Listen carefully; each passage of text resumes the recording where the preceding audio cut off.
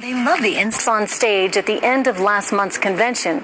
When the cameras weren't rolling and America's biggest police group approached the Clinton camp about endorsing her for president, Team Clinton said thanks, but no thanks. Trace Gallagher reports from our West Coast newsroom. Trace. Trish, the National Fraternal Order of Police says it has about 335,000 members, about half of the police officers in the U.S. And the way the presidential endorsement system works is that each candidate fills out one of their questionnaires. The answers are then distributed to members and the various state chapters vote.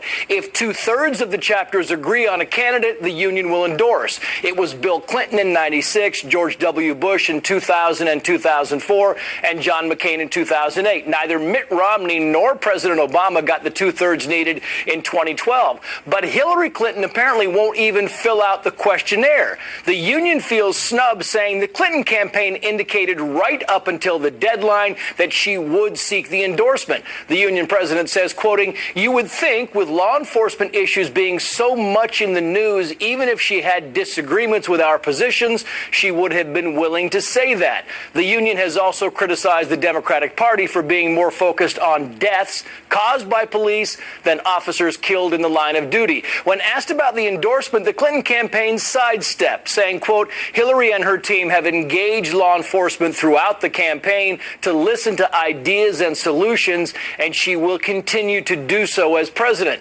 Clinton has gained the support of mothers of the Black Lives Matter movement and has actively courted the Black Lives Matter movement. But the founder of BLM says the Clintons, quote, "use black people for votes, but then don't do anything for black communities." Donald Trump is actively seeking the police union endorsement. The last candidate to snub the union was John Kerry back in 2004. All right. Trish. Thank you, Trace.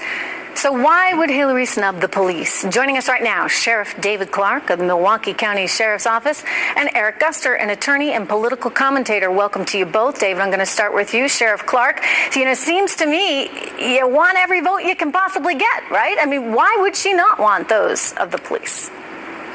Especially from a fraternal organization of police. Look, everybody that runs for elected office, state, local, federal level, they know they have to have, and they seek out aggressively, support of first responders, police, sheriffs, deputies, firefighters, corrections officers, so on and so forth. Even her husband, who was a better politician on his worst day than she could ever hope to be on her best day, two times sought the support of the Fraternal Order of Police and received it in 96. He was like a kid in a candy shop. Here's what he said: "For 4 years, I've worked hard to stand with police officers of America, and I'm profoundly honored that they have decided to stand with me for 4 more years."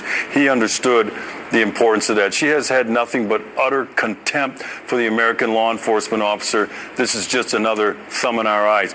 Sure, she's engaged the law enforcement community, but she's done nothing but slander our reputation. That quote that you just read from her husband, it was, I should point out, at a different time when we didn't have Black Lives Matter taking to the streets. And Eric, could we actually be looking at this and saying this was, in fact, a very calculated political move? In other words, she did not want to be associated with the police because it's too important for her to have those Black Lives Matter votes. Her to do so. And Sheriff Clark, she declined the opportunity. Do you think that, in fact, she's being politically calculating? In her view, she does not want to be associated with the police because, therefore, that would destroy her support among many members of the African American community. Well, sure. She's all in with the criminals. Her compassion for criminals is not shared by mainstream America. Most of the American public, a large segment of the American public, stands on the side of the American police officer. She knows she has to have a heavy volume of black votes to even contend in this election. But she's not going to outdo Barack Obama, who had a record number in both 2008 and 2012. And if Obama hadn't outdone himself in 2012 with a new record high for black voters, he would have lost to Mitt Romney.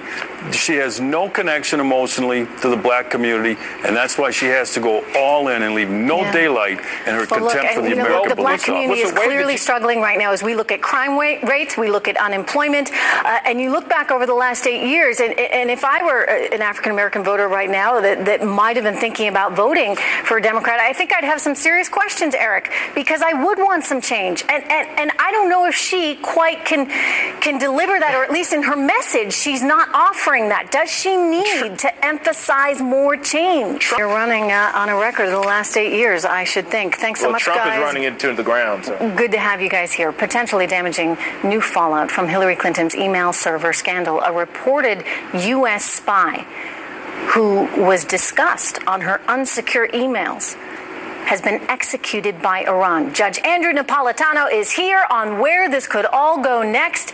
And just when you thought the story of the clock boy was over, in Hillary Clinton's ongoing private server scandal, Iran announcing the execution of Shahram Almiri, an alleged spy whose fate was discussed over Clinton's vulnerable email system way back in 2010. Yesterday, Senator Tom Cotton said this goes to show how Mrs. Clinton's gravely mishandled American secrets. The emails that were on Hillary Clinton's private server, there were conversations among her senior advisors about this gentleman. That goes to show just how reckless and careless her decisions was to put that kind of highly classified information on a private server. I think her judgment is not suited to keep this country safe. Now today, the State Department wouldn't say if Mrs. Clinton's emails led to the scientist's death. Watch. Dr. Amiri was referenced in the emails of former Secretary of State Clinton.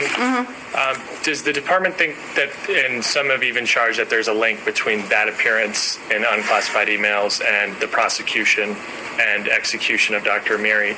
Does the department see any linkage between the two? So we're not going to comment on what may have led to this event. All right, in just moments, we're going to speak to Judge Andrew Napolitano, who thinks Hillary Clinton may have jeopardized national security. But first, let's go to Chief Washington Correspondent James Rosen, who is in Washington with the details on this. James? Trish, good evening. The Islamic regime says it executed Shahram Almiri because he gave the U.S. vital information about Iran's nuclear program while he was here in the States under bizarre circumstances. Back in June 2009, Almiri disappeared during a pilgrimage to Mecca. He surfaced a year later, posting internet videos in which he claimed alternately to have been abducted by the CIA, taken to Tucson and tortured, and that he was free and safe. Here's what Secretary of State Clinton said about him at the time. Mr. Amiri has been in the United States of his own free will, and he is free to go. He's free to go. He was free to come. These decisions are his alone to make. Almiri made it to the Pakistani embassy in Washington and there demanded to return to Iran, which he did. Even in announcing Almiri's execution on Sunday, the regime boasted that the U.S. intelligence community had been duped by Iran's. Americans assumed for a while that Iran was not aware of this person's actions, or what he was linked to, or how he was taken to Saudi Arabia and taken away from there. They imagined that our intelligence was unaware of all of that.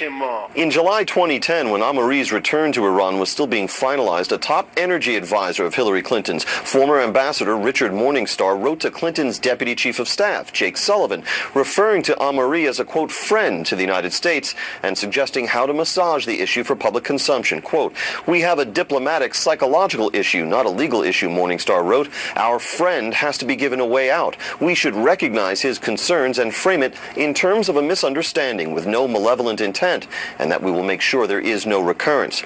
That email was forwarded to the Secretary of State, whose private server was so inadequately secured, the FBI concluded that, quote, hostile actors may have gained access to it. The Clinton campaign says it's remarkable that anyone would link her to this, quote, tragic death. Trish? All right. Thanks so much. Here now with more, Judge Andrew Napolitano. And Judge,